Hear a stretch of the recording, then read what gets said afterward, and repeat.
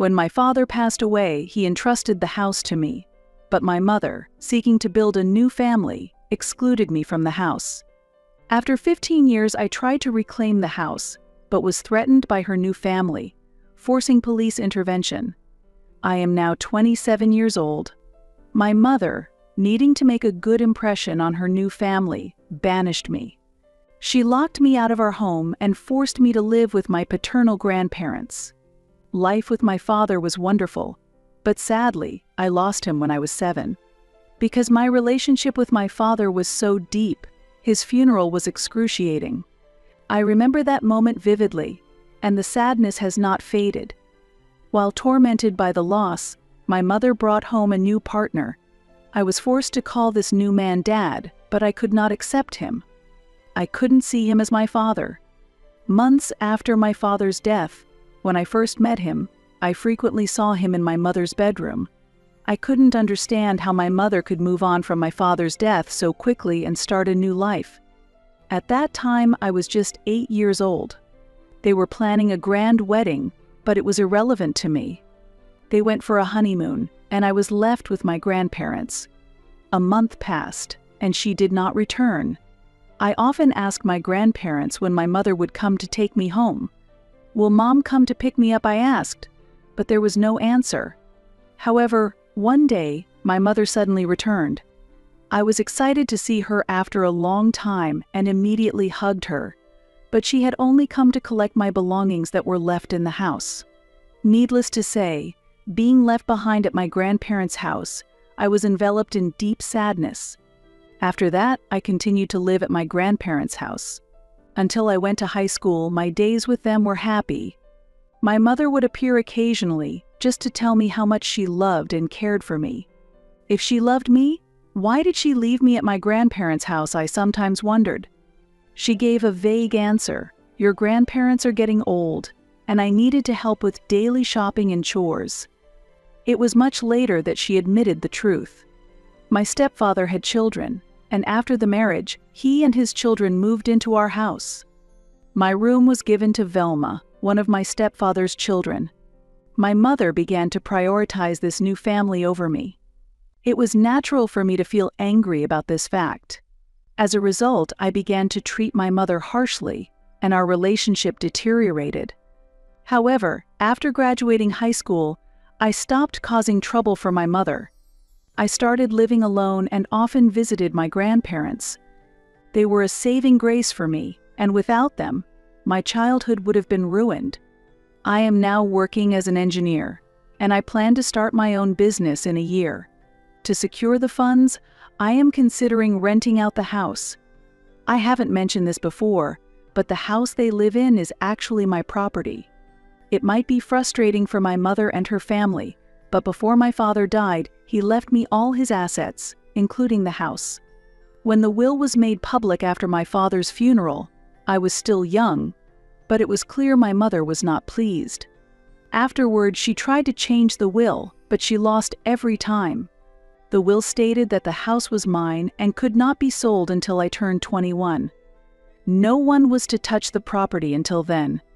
According to my grandparents, my father anticipated my mother's intentions, and that's why he left a detailed will. Otherwise, my mother could have manipulated me into giving up the house during my childhood. Last month, I called my mother to tell her about my plans to rent out the house, but there was no response. When I visited my grandparents this week, I told them about my intention to use the house to generate extra income. They were utterly surprised. When asked why, they mentioned that Velma is pregnant and my mother might resist handing over the house. Velma has lost her full-time job and is now working evenings at a store, and they are financially struggling. I'm unsure how to handle this. I also need the house now to fund my business. I have quit my job and plan to start a business, but things are getting complicated. From my grandparents' story, I learned that my mother and her family are going through a difficult time. So I decided to explain my plan to my mother and give her some time to rebuild her life. Initially, I intended to give a month's notice, but I changed it considering their situation. I considered a period of 3 to 4 months. Unable to contact my mother, I decided to visit the house in person. The house I visited had changed completely, and so had my mother. Both the house's atmosphere and her attitude were cold. She glanced at me at the door and seemed to guess the purpose of my visit. Then we exchanged a forced smile and a passive hug. In fact, it had been about 10 years since our last meeting. There had been no visits from her since my teenage years, and the discomfort I felt towards my mother since then only intensified. Despite it being a long-awaited reunion, I struggled to understand her coldness. My mother did not listen to me and made no effort to understand. "You must have an important reason for coming here," was her attitude. However, I lightly replied, "Nothing important. I just came to see the house after a long time." She smiled and said, "That's fine then." After 5 minutes of silence, I stood up and left the place. That moment was absolutely uncomfortable. I strongly felt unwelcomed by the family, excluding my mother. Moreover, I received an uncomfortable gaze from my pregnant stepsister. It felt as if they treated me as though I came to cause trouble. At that moment, I gave up the idea of reclaiming the house. Instead, I explored other means to secure funding for my business. Last week marked the 15th anniversary of my father's death. My grandparents organized a small prayer service at the church to commemorate him. They planned a ceremony to honor my father by providing meals to the impoverished in town and distributing gifts to children in need. I invited friends and family to this prayer service. I had sent an invitation to my mother via email, but there was no reply. When I checked the email, I discovered she had not opened it. Since this was the first email I sent to my mother, I thought it might have gone to her spam folder, so I visited her house again. However, my mother was not home and Velma greeted me, but without any greetings, she immediately asked a direct question. "Why are you visiting again?" she inquired, and I replied that I came to see my mother. She asked if I thought my mother wanted to see me again. Her tone was very curt, and I didn't understand what she meant. I revealed that I had come to invite my mother to the prayer service for my father's memorial. With a sarcastic laugh about holding on to old memories, she said, "Why don't you forget the past?" before adding, "She was your father, not mine," after which she snapped and went back to her room. I sat in a daze for a while. Then, I left a note for my mother on the table. I asked her to call me back. The next day, my mother called, and I explained about the prayer service. She listened silently, but declined to attend because Velma had a health checkup. It was very disappointing. It would have been possible for her to express a willingness to participate, but her complete refusal was unfortunate. I said sarcastically, "So, Velma is your top priority and I mean nothing to you. Good luck raising that self-centered woman and her child." She exploded in anger at my words. I accused her, questioning why I should be kind when Velma was so cold to me. However, my mother said her anger was justified. "Talking about death in front of a pregnant woman shows you lack compassion, just like your father," she retorted. At that moment, my anger peaked. I strongly responded, "You should not speak ill of my father." I emphasized that she was the one being insensitive. My mother mentioned my late father and declared, "Let the past go." I calmly replied, "Of course. I intended to invite you to the prayer service, but there's no need for you to come," I asserted. "If Dad sees your true character, he wouldn't accept your prayers," I said, and with that, I ended the call. I hired a lawyer the same day to start the legal eviction process. It took about 15 days for the lawyer to do so. The eviction notice, based on my father's will, was sent as a formal notice to my mother. She was upset and panicked. She hadn't anticipated that I would go so far in what she probably viewed as revenge for not attending my father's prayer service. I listened to her voicemail, laughed, and blocked her number. Since she couldn't contact me, she visited my grandparents' house, but I was not there. I decided to live with my grandparents for a while as I rebuild my life. My mother pleaded with my grandparents to withdraw the eviction notice. Being gentle people, they did not want to drive her out. However, the decision rights about the house are mine, and I can handle it freely. Her inability to accept this response led her to blame my grandparents for raising me to be selfish. Despite their unwillingness to confront her, I asked my grandparents, "What are you thinking? Why don't you scold this selfish mother?"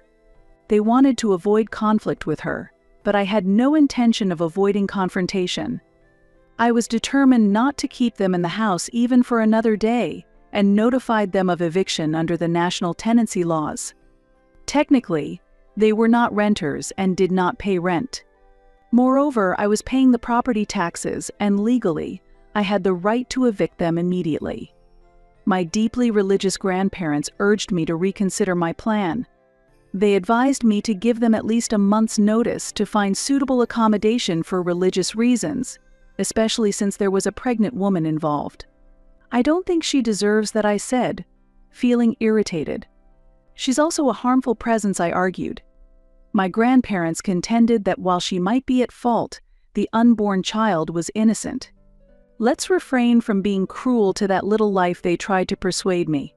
However, I was resolved to evict them as soon as possible. The next day, my mother contacted me, but I ignored her. When she called, I did to her what she had done to me. Her message was urgent, wanting to discuss things. I checked my calendar and replied with a time to meet with my grandparents, but this did not suit her. Her lengthy response accused me of pressuring her. Her 5-paragraph email was completely wrong, so I avoided responding. Perhaps she was hoping that I would buckle under that pressure. As a child, I often cried immediately upon returning home. When I threw tantrums, she would scold me and demand that I behave politely. She disciplined me firmly, encouraging me to control my tantrums. Her upbringing was effective, and to satisfy her, I stopped crying. But after she left, I often sat in a corner of the house, angry. I no longer need to be angry in a corner of the house. Therefore, when she came to see me, I deliberately made her wait for an hour. This clearly made her uneasy. I asked my grandparents not to intervene. She repeatedly asked them about me. They responded that they didn't know and sent her back to the room. When I met her, she had a questioning look. "Where were you?" Despite having waited for an hour, she just sat without saying anything. Looking at me, she said, "Okay, let's start. I can't sit here forever. I have things to do." I quietly said, "That's true." "House hunting is a tough job." She asked impatiently, "What is this notice about?" "It's written in English," I replied. "You should be able to read it." "Or do you want me to explain it?" I added. She exploded in anger, threw the notice in my face, and shouted, "I am not leaving the house for this stupid notice." After her outburst, I said quietly, "Then, let's see what the court decides." She claimed, "Don't try to fool me. That house is my husband's, and no one can kick me out." I calmly responded, "Legally, it's possible." It was clear my calm reply angered her, but when she referred to my father as her husband, I lost my temper.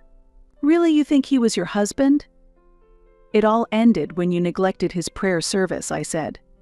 Then I continued, "That house is not a place for you. You're just a squatter, and I'm going to get rid of pests," I declared. She stood up, trying to show some politeness. Then she said she would have to start negotiations with a lawyer. I laughed and said, "Of course there's still time. Let's see what happens in 20 days, I told her, waiting for her next move. After finally reclaiming the house, I gave my mother and her family a 30-day eviction notice. She tried to gaslight me, but I silenced her and drove her away. The subsequent events further exposed their selfish behavior. Her stepdaughter, Velma, hurled insults at me and threatened to sue me for harassment. "I can do anything because I'm pregnant," she told me. It seemed pregnancy was seen as a free pass to avoid harassment charges.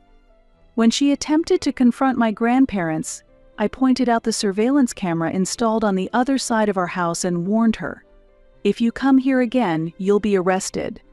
At that moment, my mother defended Velma, accusing me of causing her mental distress during her pregnancy and threatening to sue.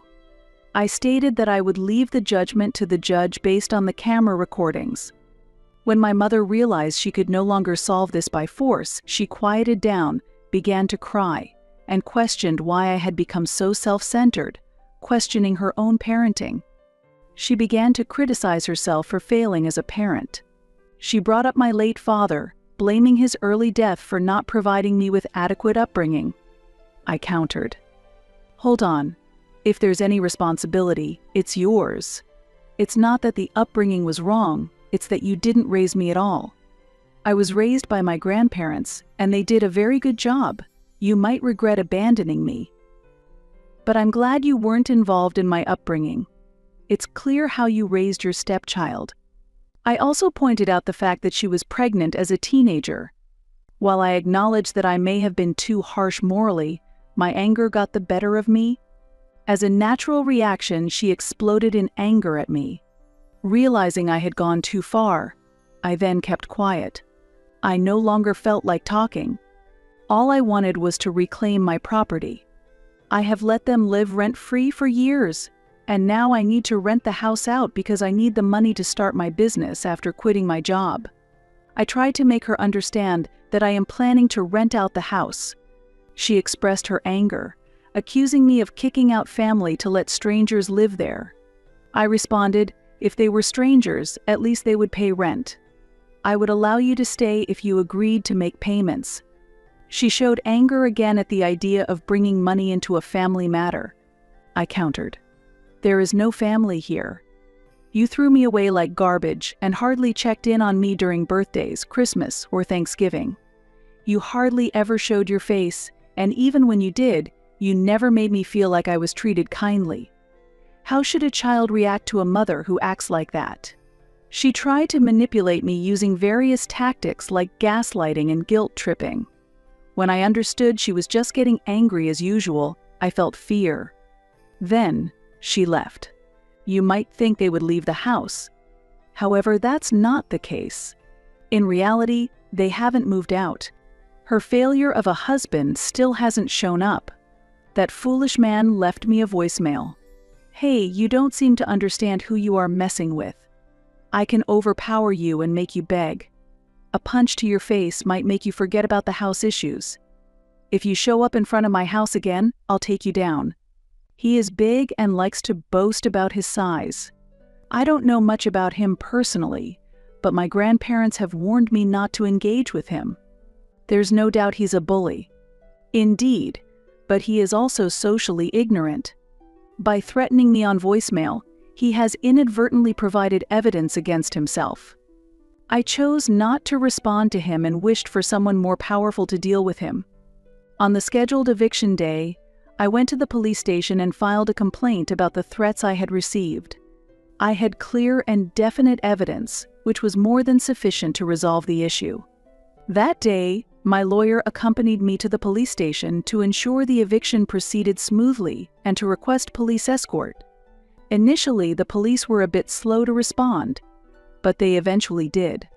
They told us they would contact us immediately if any problems arose, but we did not want to confront the squatters alone.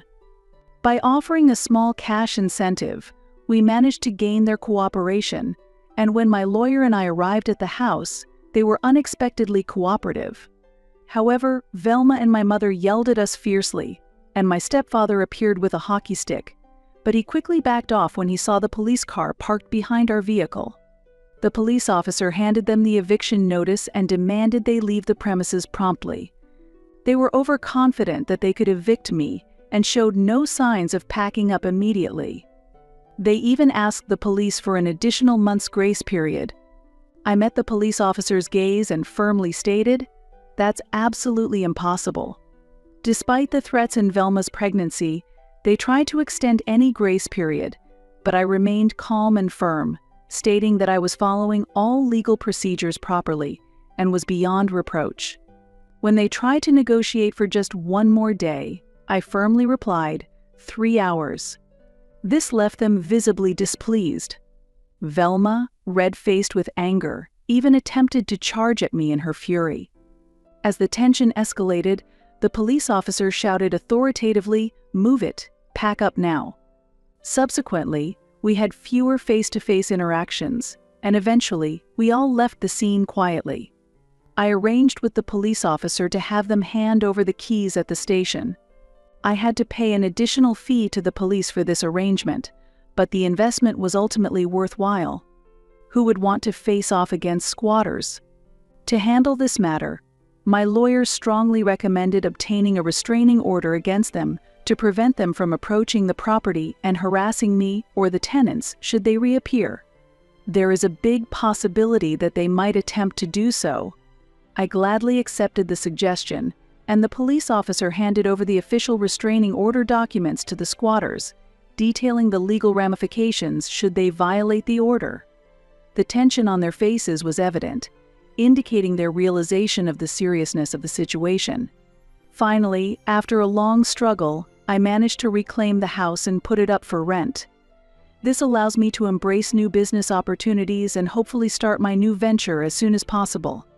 I am thoroughly tired of being tormented by unreasonable people and am looking forward to moving on to more positive endeavors without their interference.